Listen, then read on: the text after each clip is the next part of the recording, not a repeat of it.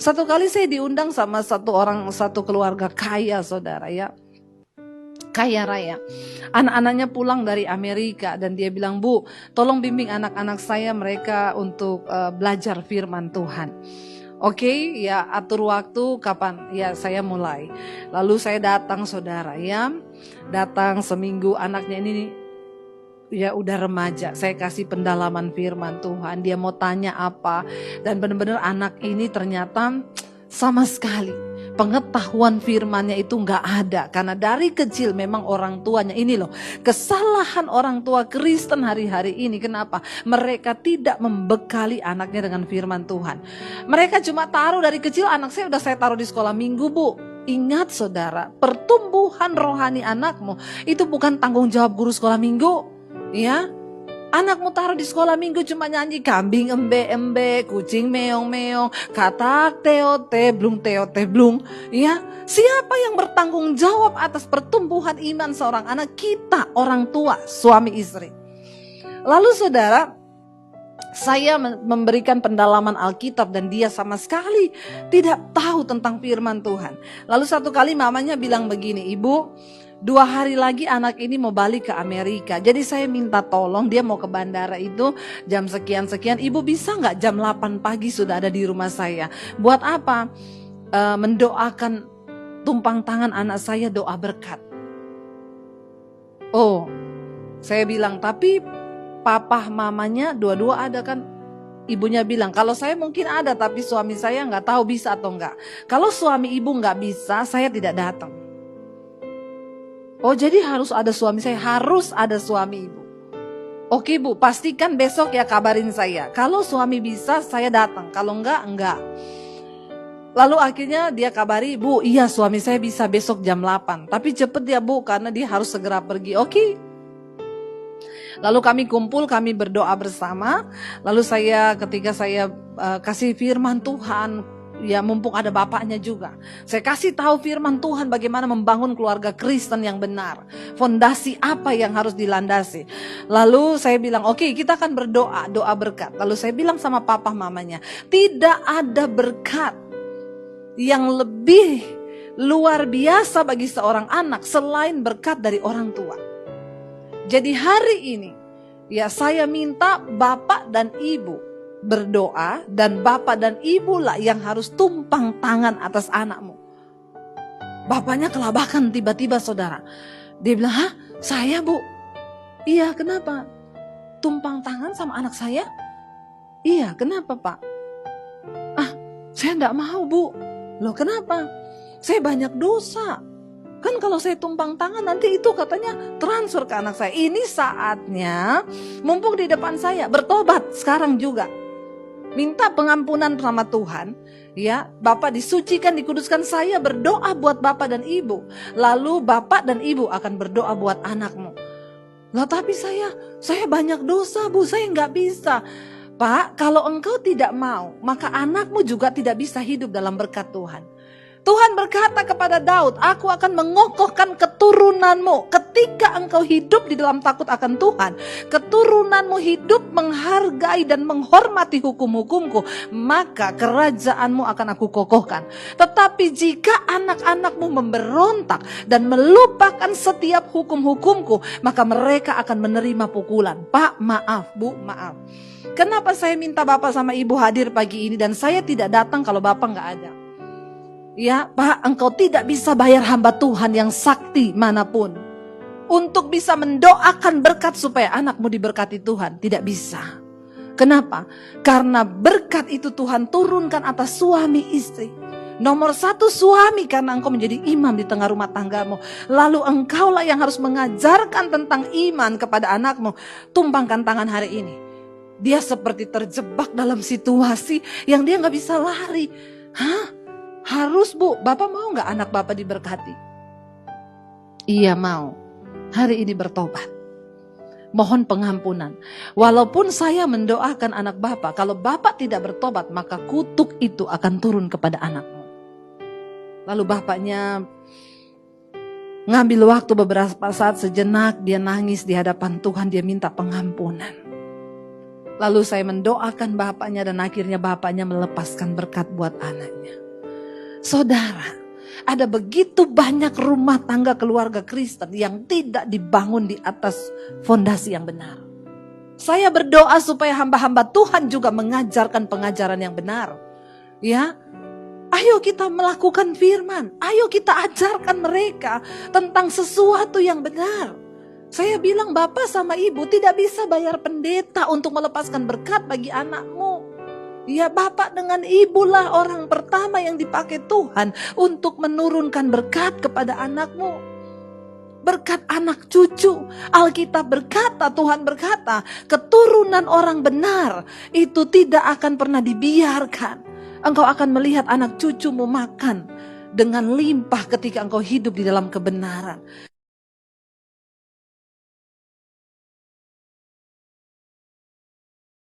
Semua suplemen, saya tidak menyebutkan merek apapun, tidak ada gunanya bagi orang diabetes. Karbol kita atur, yang kaya serat dan rendah kalori. Protein kita atur, cari protein yang sehat. Lemak kita cari lemak yang baik kan.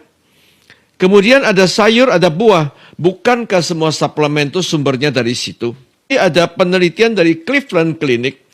All supplement, semua obat yang OTC, over the counter, yang dijual bebas, hati-hati, semua may hurt your kidney, akan mengganggu, membebani, memberati kinerja ginjal kita. Saya tidak menganjurkan kita minum suplemen.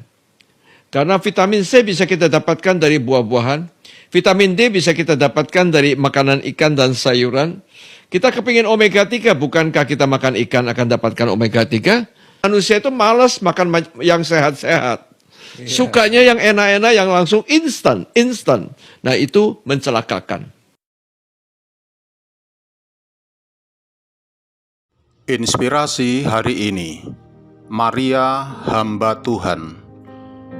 Lukas 1 ayat 38. Kata Maria, sesungguhnya aku ini adalah hamba Tuhan. Jadilah padaku menurut perkataanmu itu. Lalu malaikat itu meninggalkan dia. Saudara-saudara yang dikasihi Tuhan, setiap orang selalu punya planning untuk masa depannya. Maka siapapun akan mempersiapkan dengan baik. Mulai sejak sekarang untuk semua yang direncanakan. Misalnya, persiapan kuliah, persiapan mencari pekerjaan, persiapan untuk menikah, dan sebagainya. Semua itu pasti telah dipersiapkan sebelumnya dengan baik. Demikian juga dengan tokoh dalam Alkitab yang satu ini, seorang gadis yang bernama Maria. Maria telah merencanakan sebuah pernikahannya. Bahkan dia sudah bertunangan dengan Yusuf yang dikatakan sebagai keturunan keluarga Daud. Maria dan Yusuf telah bertunangan, berarti mereka telah memiliki sebuah rencana, yaitu pernikahan.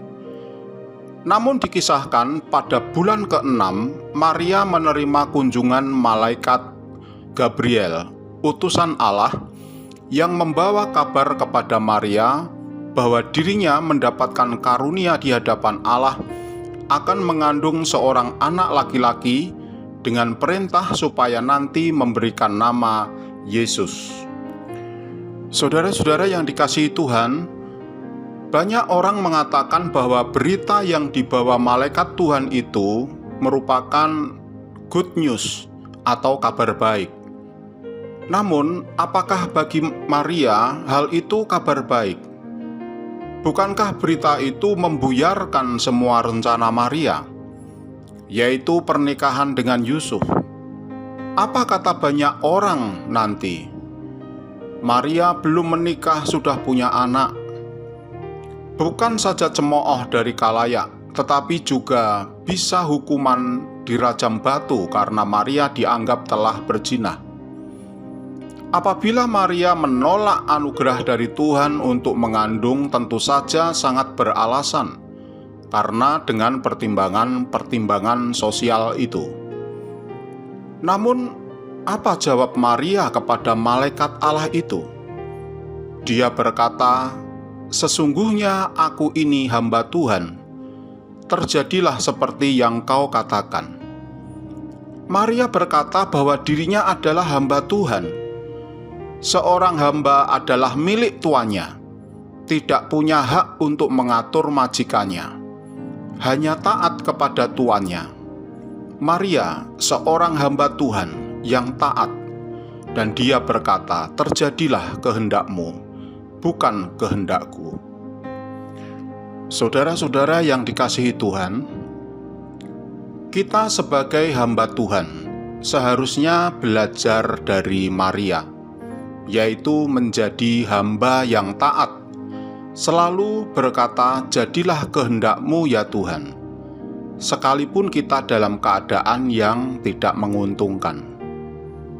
Lidah kita selalu berkata, "Jadilah kehendakmu, bukan kehendakku." Doa-doa kita bukan bahasa yang hanya memperalat Tuhan dengan permintaan melulu, karena doa yang melulu meminta dan meminta itu sama saja dengan "jadilah kehendakku." Kemudian perilaku kita hanya untuk memuliakan Tuhan, bukan selalu mencari keuntungan untuk diri sendiri. Kalau kita mengerjakan pelayanan, hendaklah pelayanan yang tulus untuk Tuhan, bukan mencari keuntungan untuk diri sendiri. Itulah seorang hamba, yaitu hamba yang taat. Keputusan hari ini, marilah kita menyuarakan KUR bersama-sama. Di hari Natal ini, jadilah kehendakmu, bukan kehendakku.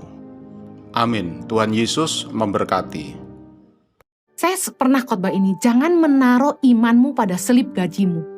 Yakini gini, kalaupun atasanmu tidak lihat kamu lembur, kalaupun atasanmu tidak melihat kerja kerasmu, yang dapat pujian itu malah manajermu, supervisormu yang mencuri idemu, katakan. Ide itu datang dari kamu, tapi mereka yang presentasi, mereka yang dapat pujian. Tapi dengar baik, Tuhan melihat semua yang kita buat. Jangan pernah meragukan kuasa Tuhan untuk memberkati kita, untuk mempromosi kita, untuk menaikkan kita ke level yang lebih tinggi.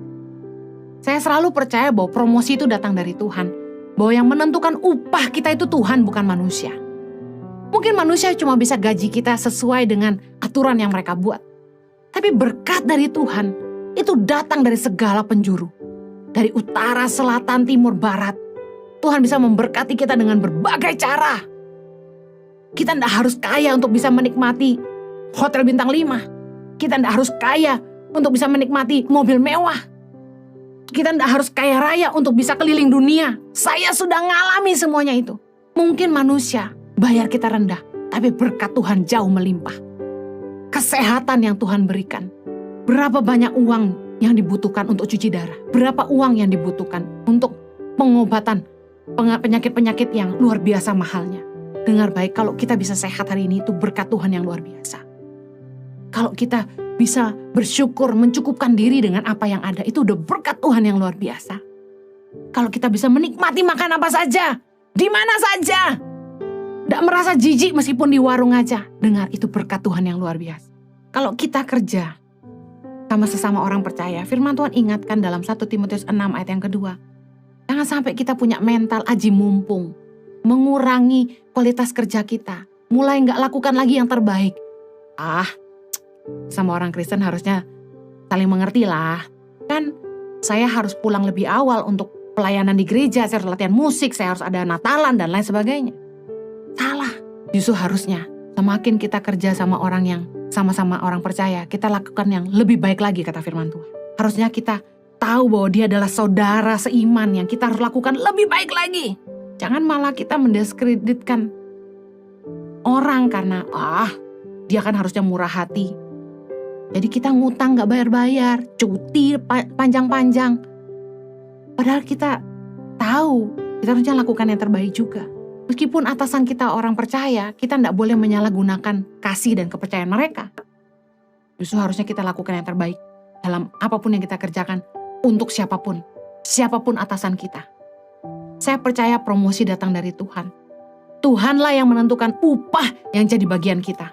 Tahukah Anda bahwa Tuhan itu bisa mengingatkan atasanmu untuk menaikkan gajimu? Tuhan itu bisa mengingatkan atasanmu untuk memberikan bonus buat kamu. Bahkan mempromosikan kamu. Miliki iman dan lakukan yang terbaik. Hari ini saya jadi atasan. Saya ngalami berapa kali. Tuhan itu ingetin saya untuk berkati karyawan ini, berkati karyawan itu. Tuhan ingetin, kasihan daripada dia ngekos bayar segitu, mendingan nyicil apartemen. Tuhan ingetin, kasihan dia nyicil pinjaman di luar, harus bayar bunga. Bantu dia. Tuhan ingetin, naikin gaji si A, naikin gaji si B, kasihan dia mau nikah, kasihan dia sudah punya anak. Tuhan itu bicara loh sama kami sebagai atasan. Ini kesaksian yang harusnya Anda sadar sebagai karyawan. Percayalah bahwa berkat itu datang dari Tuhan. Memang atasanmu yang akan menilai kinerjamu dan karya-karyamu. Orang lain yang akan menilai karyamu. Tapi berkat itu datangnya dari Tuhan. Setialah dalam setiap perkara yang kau kerjakan. Kalau kita setia dalam perkara kecil, dengar baik, Tuhan yang akan mempercayakan perkara besar. Kalau kita bisa dipercaya dengan harta orang lain, Tuhan akan mempercayakan kepada kita harta kita yang sesungguhnya. Amen. Lakukan.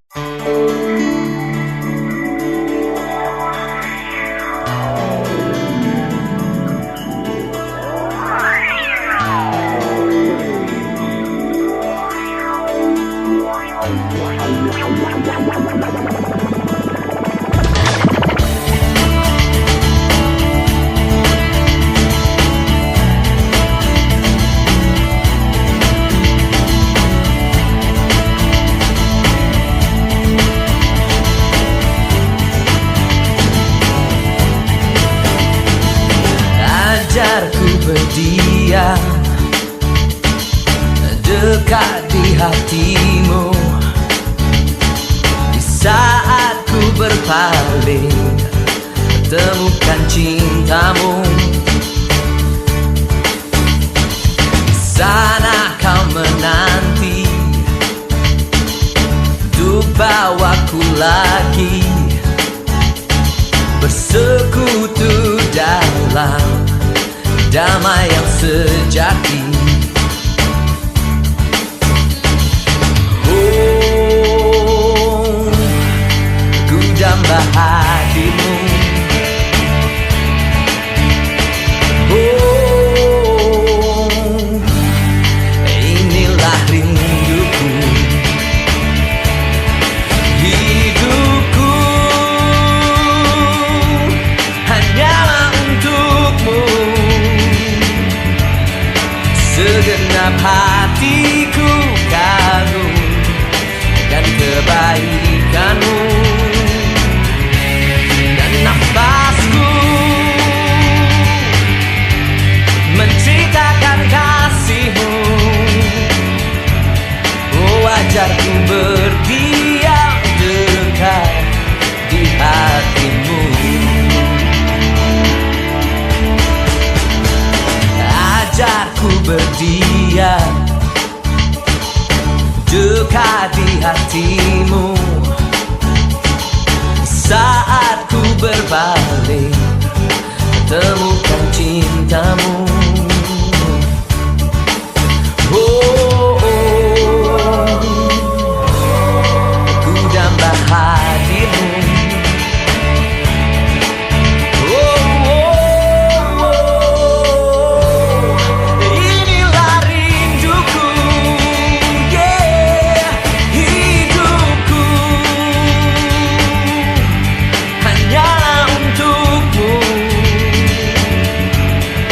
Segenap hatiku kagum kan kebaikanmu.